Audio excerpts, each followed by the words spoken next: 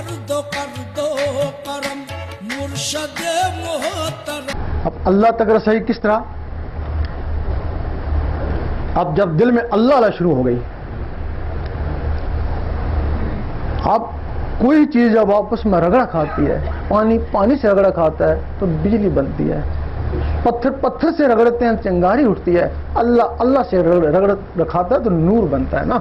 اللہ. اب لوگ تسبیح سے اللہ اللہ کرتے ہیں، اس میں شک نہیں کہ تسبیح سے نور بنتا ہے، لیکن وہ اگر کام آیا تو یوم محشر میں کام آئے گا نا. اب تو تمہارے کام ہی آئے گا نا، کیونکہ وہ نور اندر نہیں گیا نا، وہ تو انگلیوں میں ہے نا.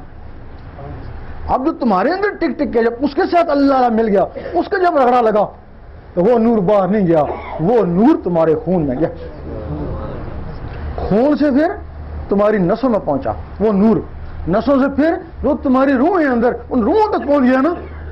جب روحوں تک پہنچ گیا تو وہ بھی بیدار ہو گئی نا، انہوں نے بھی پھر اللہ اللہ کرنا شروع کر دی نا.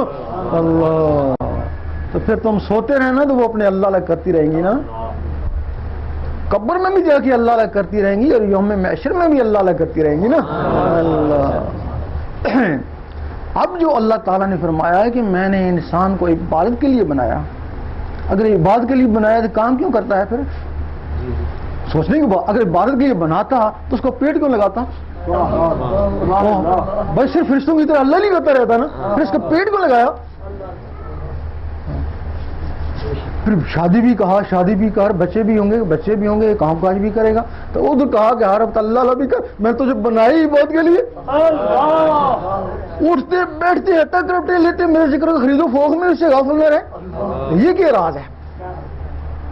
وہ تمہیں نہیں کہا، تمہیں کہا تو شادی کر، تو کام کر. وہ جو تیرے اندر انسان رہتا ہے اس کو کہا تو اللہ کر. ایک دفعہ تو اس کو جگا لے، تو سو، تجھے نیند آتی ہے اس کو نیند نہیں آتی ہے، وہ تیرے بچے ہیں اس کے بچے نہیں ہیں. اللہ. تو اپنے کام کاج کرتا رہے گا، وہ اپنے اللہ اللہ کرتا رہے گا.